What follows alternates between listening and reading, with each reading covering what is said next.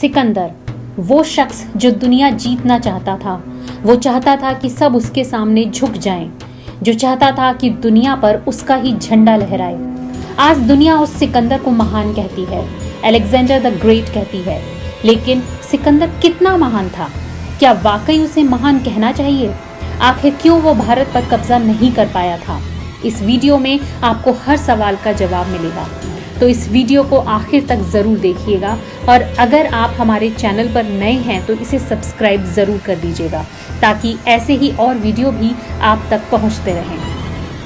तो चलिए आज आपको बताते हैं उस सिकंदर की कहानी जिसे दुनिया सिकंदर महान कहती है। सिकंदर के बारे में शुरू से ही मान लिया गया था कि वो महान बनेगा और इतिहास में एक असाधारण व्यक्ति के रूप में याद किया जाएगा। ऐसा कहते हैं कि महज 12 साल की उम्र में सिकंदर ने एक जंगली और बिगड़ैल घोड़े को काबू में कर लिया था। इस घोड़े का नाम था ब्यूसीफेलस। ये एक विशाल और जंगली घोड़ा था जो बाद में हमेशा सिकंदर के साथ रहा। सिकंदर के बारे में ऐसा कहा जाता है कि वो पहला शख्स जिसने पनडुब्बी में सफर किया था वो सिकंदर ही था। सिकंदर ने अपने नाविकों से बड़ा सा कांच का जार बनाने को कहा था। इस जार में बैठकर वो चंद सेकंडों के लिए पानी में चला जाता था, समंदर को अंदर से देखता था और उसे कुछ सेकंडों के बाद तुरंत ही ऊपर खींच लिया जाता था। ऐसे कई चित्र भी मिले हैं जिससे ये दावा सही लगता है। चलिए अब आपको कुछ तथ्य बताते हैं। यूरोप में ग्रीस के पास एक देश है मैसिडोनिया। आज से करीब 356 ईसा पूर्व में इसी देश में सिकंदर का जन्म हुआ था। मैसिडोनिया उत्तरी यूनान से बाल्कन तक फैला हुआ इलाका था। सिकंदर के पिता का नाम था फिलिप द्वितीय और उसकी मां का नाम ओलंपियास था। ओलंपियास फिलिप की तीसरी या चौथी पत्नी थी।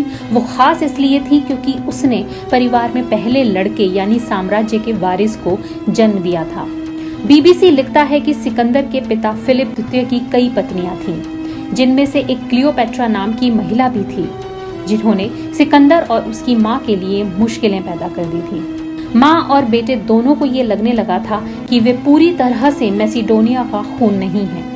ये सच्चाई उनकी गरिमा को भी ठेस पहुंचा रही थी और राजनीतिक रूप से भी नुकसानदेह थी।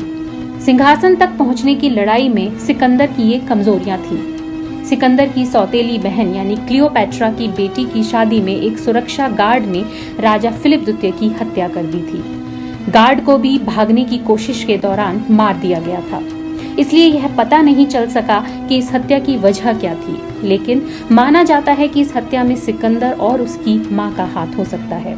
इस हत्या के बाद सिकंदर का हाथ नहीं रुका। उसने एक एक करके उन सभी लोगों को मार दिया जो उसके उत्तराधिकार के लिए खतरा बन सकते थे। अपने एक सौतेले भाई फिलिप एरिडाइस को छोड़कर उसने अपने सभी भाइयों, चचेरे भाइयों और उन सभी लोगों को मार डाला जो उनके राजा बनने के रास्ते में रुकावट बन सकते थे। उनमें से कुछ को तो बहुत ही क्रूरता से मौत के घाट उतारा गया था। सिकंदर खून से रंगे हाथों के साथ 20 साल की उम्र में राजा बन गया। सिंहासन पर बैठने के बाद सिकंदर की नजर फारस साम्राज्य पर थी। फारस ने 200 सालों से अधिक वक्त तक भूमध्य सागर से जुड़े इलाकों पर शासन किया। यह साम्राज्य इतिहास के वास्तविक सुपर पावर में से एक था। फारस साम्राज्य की सीमा भारत से लेकर मिस्र और उत्तरी यूनान की सीमा तक फैली हुई थी, लेकिन इस महान साम्राज्य का खात्मा सिकंदर के हाथों हुआ।